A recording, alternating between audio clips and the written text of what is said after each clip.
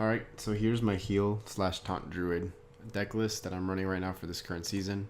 Um, Very solid, honestly. My win rate is really high versus Mech and versus Warrior. Mech Hunter is kind of a hard matchup if they get the Venomizers and Spider Bombs early. But after you can stabilize with Witching Hours and stuff like that, it becomes really good matchup. Um, Rogue is kind of a hard matchup. It's probably the least successful matchup versus this, but it beats just about everything else. Mechathune is kind of a hard matchup, pretty much almost auto lose, and um, that's about it. I feel like it beats pretty other gimmicky decks slash really fast paced decks really well too. So the 2 Crystal Power Solid is staple, I would say. Just about everyone plays it. Of course, with Keeper Salamanders, it's really good at combo. Of course, the 1 Acidic Swamp Ooze along with the Harrison. Harrison just because it could be draw power and obviously 1 Ooze. I'd play if you don't have the Harrison, just play double Ooze and that's fine.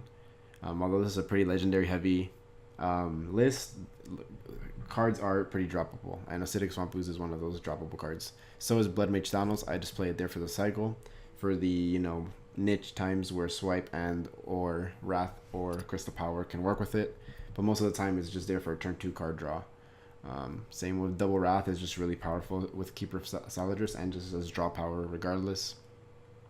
Ferocious Howl will just card draw, so really good, staple. MC Tech is also just teched in versus other aggro matchups. It can just outright win games versus overcommitted boards. It's just the threat to have it because Mage is also another pretty hard matchup. It's one of the ways you can get past their boards with MC Tech. So if you're running into a lot of mages, you could just drop like the Ooze for an MC Tech or something like that. Double Witching Hour staple, you need it. It just resummons 3/12s, and that's just really powerful. Sucks early game, but you just obviously play around it because Archmage Vargoth late game 7 mana combo to have a 2/6 and 6/12 6/24 in stats is pretty good.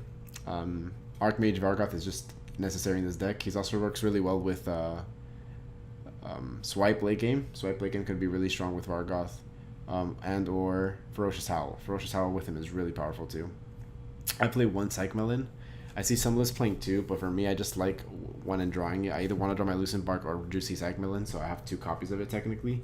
I know the Goop Slayer kind of hinders that, but vice versa, if I draw it or draw the Lucentbark first, then that's fine. 2 Predatory Instincts, this is also pretty good. You could drop this down to 1, honestly, if you feel like you draw it often. I would never I'm one of those people that prefer consistency, so I prefer to draw 2, have 2 in my deck so I can open up with it more often. But if I can't, then it is what it is. And yeah, you could just drop it. Double Swipe for obviously just standard, you need it. Double Faceless is staple in this deck. You copy Lucentbark, so you can copy Witchwood Grizzlies at times. You can copy opponents' cards. I've won many games just facelessing my opponents. It's really good versus mech decks when they make really big mechs with Ziliax and Rush Attempts, and then you just copy it and kill it back. Harrison Jones, of course, interchangeable. Starfall's a card I don't see a lot of people playing, even though I play a lot of one-ofs. Starfall's great. I've done it once with Staladros, and it's just a good combo in my opinion. It's just a good card, also really good versus aggro, and just 5 damage to a single target can sometimes just be useful when you're just trying to control the board with little big guys. Little big guys, that's not a good one. Double Witchwood Grizzly, of course, to go with our double Predatory Instinct and our Witching Hour. Remember, Witching Hour does get kind of fucked up by Hex, so keep that in mind. Ziliax, if you're a budget player and you don't want to have all these legendaries, you don't have to play this. The only legendary that I would say is necessary is Lucentbark, because you get Archmage Vargoth for free.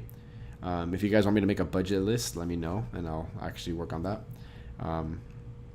But yeah, Double Ancient of Lore works well with our Psych Melon, so we're always drawing a 7-drop. And he heals for 5, which is exactly what Lucentbark needs to awaken, so... 1 Goop Slayer.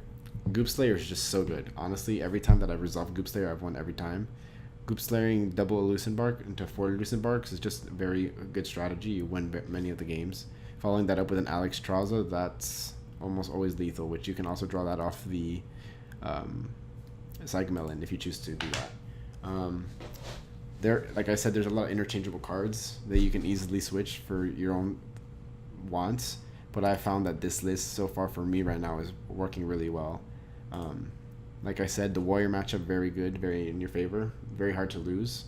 The hunter one is pretty even, but I think it leans towards the druid. The rogue matchup is really hard, and it definitely leans towards rogue. The mage matchup is very difficult, and then just about everything else, I feel like if you play well, you're gonna win. I've never been in situations where I've played well and lost with this deck versus other decks, in my opinion. Just rogue and mage. That's gonna be your problems, and rogue is winnable though. If you draw decent enough, you can win. And they do draw bad, but mage is like, even if they draw bad, they're probably just gonna win the game, unless you make your deck towards that. So yeah, what do you guys think about the deck? What changes would you make? Do you guys want to see a budget build? Let me see. No, in the comments below. Peace.